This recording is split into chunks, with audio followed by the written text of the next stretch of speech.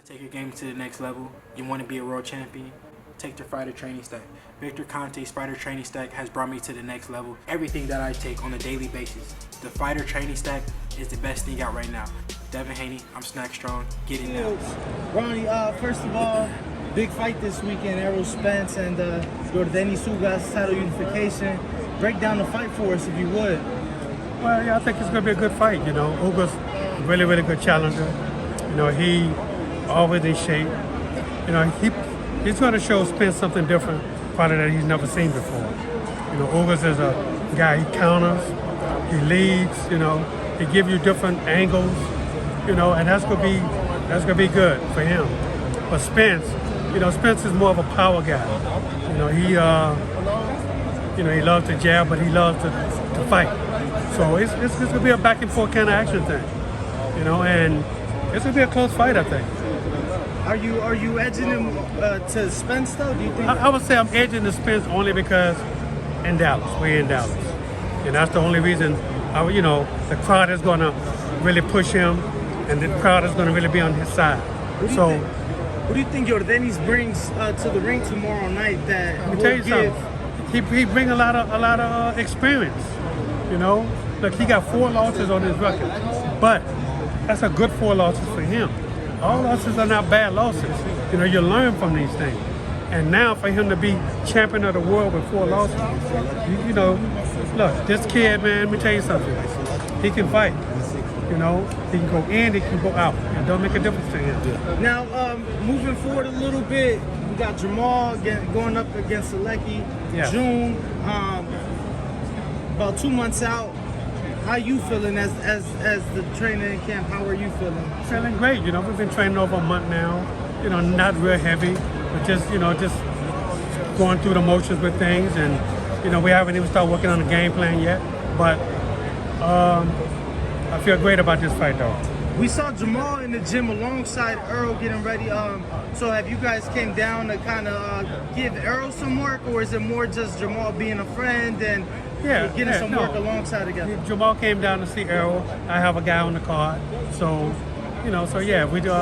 But yeah, he came down to be with his brother. His brother was here for a week, so Jamal came down for a week with him.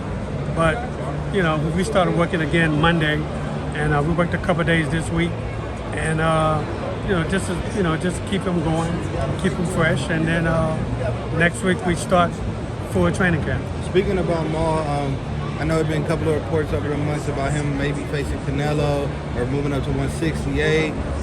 After this Selecki fight, do you think we'll get him at 168? Well, you know, the thing about it is we have to wait and see. If the fight is right at 168, you know, then he'll do that. But right now, you know, our main goal is Selecki. You know, we can't look past him. He's a really good fighter. You know, he takes everybody the distance, and so we have to be careful and not look ahead. You know, we don't look ahead. You know, we train for Selecki, and that's gonna be it. After that, then we'll think about what's next. So was those talks more of opportunity, not so much that Maul can't make 160 no more? It was more of if we get a call for Canelo, if we get a call for David, we'll move up. But it's not like he can't make 160. He can't. Yeah. No, Jamal walks around and like 175 right now. Okay. So, you know, 15 pounds is nothing for him. Okay. And you know, with him working every day, you know, he keeps his weight down. So that's nothing. But yeah, I mean, look, if the opportunity for Canelo would have came up, sure, we went 68 to fight him.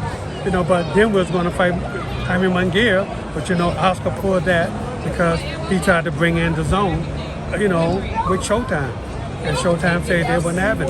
So it is what it is. In the near future, talking about Jaime Mungia fight, would that fight be possibly made? I know obviously the network was the big situation. Could that possibly, you know, be down the future after the Selecki fight?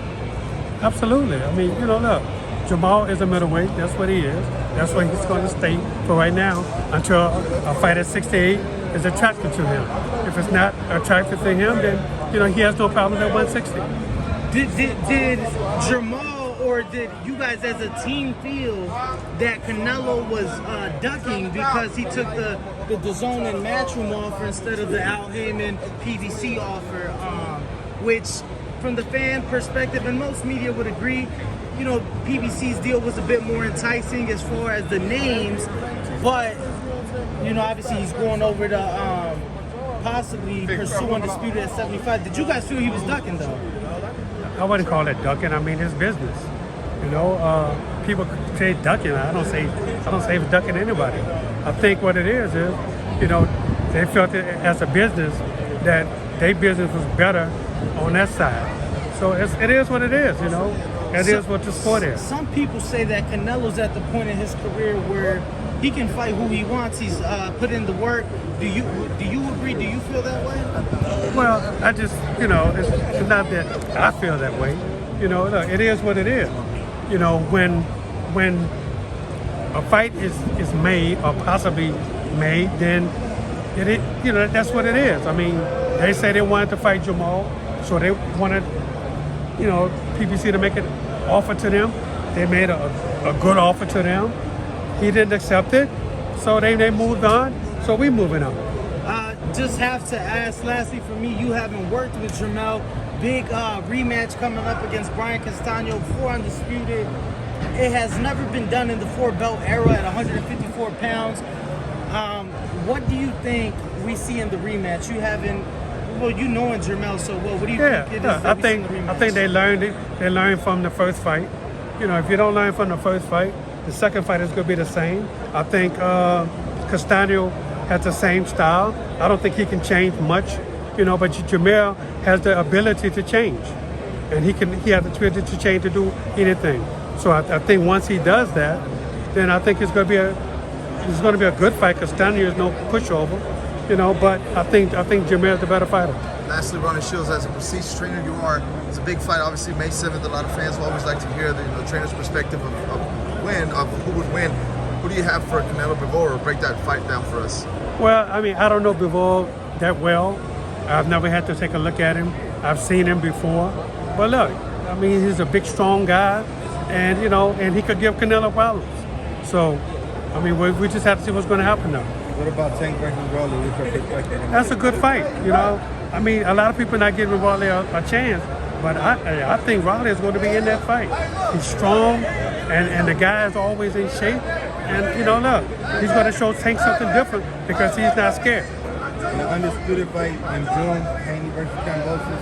That's another good fight. And look, just because the fight is in Australia, I think Haney, you know, I think Haney is going to do good over there. You know, but whether the judges give it to him or not because he's in another country, I don't know. We'll have to wait and see. But I think if Haney wins, though, he got to win impressively. Last one for me, we was talking about rematches. Anthony Joshua came to visit you after the Usyk fight. It seems like he on tap to fight Usyk in the rematch in July. What did you guys talk about, work on, or? I mean, we just talked about, you know, what I thought he should do, how he should do it, and, you know, worked him out just a little bit, and that was about it. How do you see that rematch play out with Usyk and Joshua? There's been rumors that Usyk, while he was in Ukraine, lost up to 10 kilograms, which is about 20-25 pounds. Him starting his career at cruiserweight, obviously that makes a big difference. But how do you see the rematch play out, all things considered? I think it's going to be a good fight. You know, the first fight was a good fight. You know, I think both guys going to have to make adjustments. So, is it possible for AJ to win by decision, though? I think it is possible for him to win by decision. Look, AJ is a strong guy, you know, and he can really fight. So, you know, but it depends on the adjustments that he makes inside of the ring. He obviously can't fight the fight he fought last time. So he has to change everything. So for him, on that end, if he's able to change, then that means Usyk has to change. Thank you so much. Ronnie, thank you. Appreciate All right, man. it.